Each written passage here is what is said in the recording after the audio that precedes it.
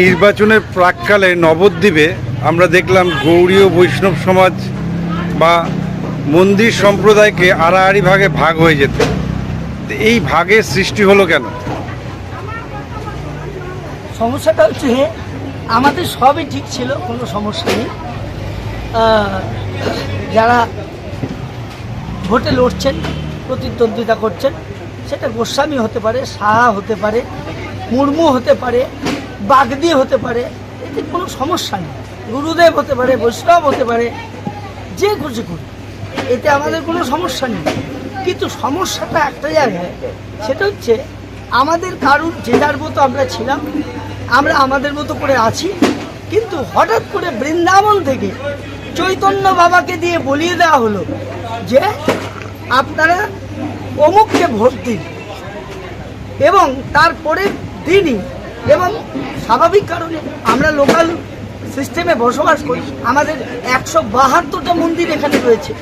হ্যাঁ, সুতরাং এই মতো জায়গায় দাঁড়িয়ে আমাদের যে অবস্থা দাঁড়ালো, তাতে স্বাভাবিক আমরা একটা প্রেশারের মধ্যে পড়ে গেলাম।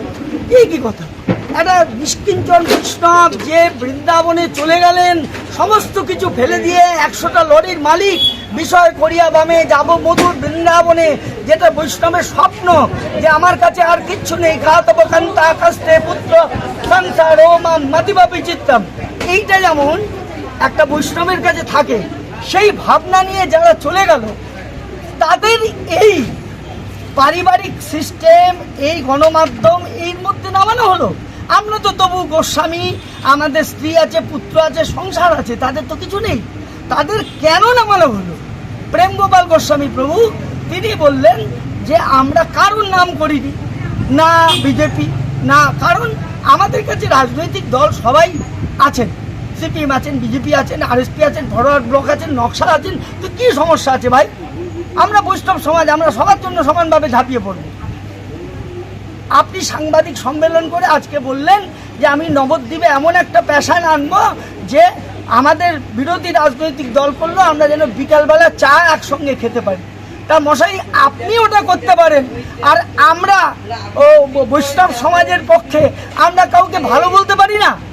আমরা ভোট কাকে দেবো যার যার গোপন ব্যাপার, আমরা উন্মুক্তভাবে যার কাছে উপকার পাবো, যার কাছে কৃতজ্ঞতা স্বীকার করবো না?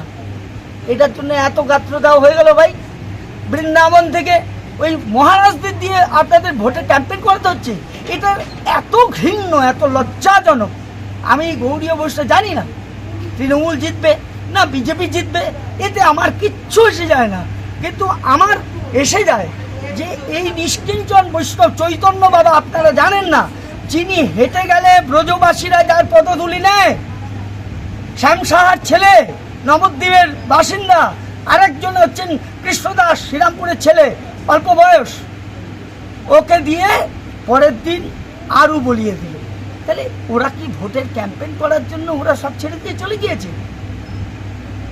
এই কাজটা এত কষ্ট হয়েছে, যার জন্য তারপরে আমরা, আমাদের প্রেমপ্রভু বলেছেন যে আমরা নন্দসা ভালো লোক, এবং আমাদের প্রশাসন, নন্দসাও বলেছি প্রশাসন ভালো লোক, এবং তার জন্য আমরা প্রশাসনের উত্তরোত্তর শ্রীবৃদ্ধি কামনা করি।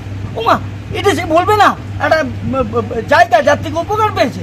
আমার বাবাকে নন্দসা ডায়ালিসিসের জন্য 7বার 8বার করে মাসে দেখতে গিয়েছে, তা আমি ওই কৃতজ্ঞতাটা অস্বীকার করে আমি বলবো নন্দসা অসুস্থ, নন্দসা খারাপ, ভোট দিয়েন না।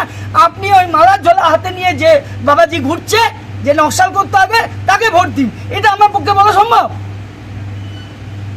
আমি কাউকেই ভোট দিন, এখানে যারা আছেন আপনারা যাকে খুশি ভোট দিন, বিজেপিকে ভোট দিন, তৃণমূলকে ভোট দিন, নকশালকে ভোট দিন, কি আসলো কেন? আমরা ভাই আমাদের উপকার, আমরা সমাজ সেবা করতে এসেছি, আমরা গুরুদেব, আমরা ব্যবসা করতে আসিনি, আমরা টিকিট কেটে চারধাম দেখাতে বসে নেই।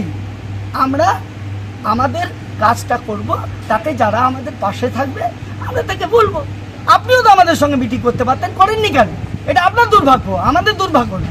এই কারণে এই বৈষ্ণবদের দিয়ে বলানোর পর এবার আমার বলদেব মন্দিরে একটা অনুষ্ঠান হয়েছিল, অর্থাৎ এমএলএ পরিচিতি, এমএলএ সমস্ত অঙ্গের মানুষের সঙ্গে বসেছেন, অঙ্গ নারী, এই নারী, অমুক তমুক, সবার সঙ্গে বসেছেন, আমাদের সঙ্গে বসেছেন।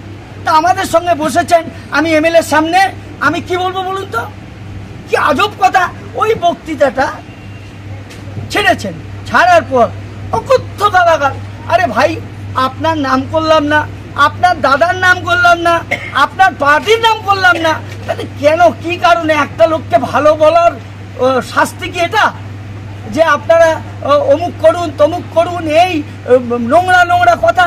আরে আপনি হিন্দু মুসলমান করবেন কি করবেন, আমার কাছে মুসলমান সন্ধ্যাবেলা এসে আমার সঙ্গে কথা বলে আধ্যাত্মিক আলোচনা করেন। আমি ভাই এত কিছুর মধ্যে জানি না, আমরা নবদ্বীপে বাস করি, আপনাদের মধ্যে অল ইন্ডিয়া ঘুরে ঘুরে বেড়ানো আমার কাজ নয়। আর আমি অত্যন্ত, আমার দাদা বিদেশ টিদেশ যায়, কিন্তু আমি অত্যন্ত স্বাভাবিক জীবন যাপন করি, সবাই নবদ্বীপবাসী সবাই জানে। আমি রাস্তার মধ্যে দিয়ে চলি, আমি হেঁটে চলি, লাইনে দাঁড়াই, আমি এমনভাবেই চলি।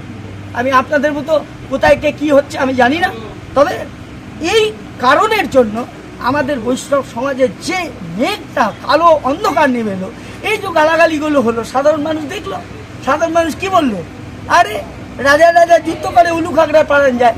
এই যে গালাগালগুলো, আপনাকে ভালো বলেছি, আর আপনিও আসতেন, আপনাকেও বলতাম আপনি খুব সুন্দর দেখতে, চিকালো নাক, আপনি কান্নকুব্জ থেকে পাশ করা নাকি কোথা থেকে, বিহারের কোথা থেকে পাশ করা উকিল, বলতাম অ্যাডভোকেট, আপনি নকশাল করেছেন, আপনি তার ঠাকুর মানতেন না, তারপরে আপনি এসে এখন চৈতন্য চরিতামৃত ধরেছেন, এখন আপনি বৈষ্ণব হয়ে আপনি ঘুরে বেড়াচ্ছেন। ঠিক আছে, হতেই পারে।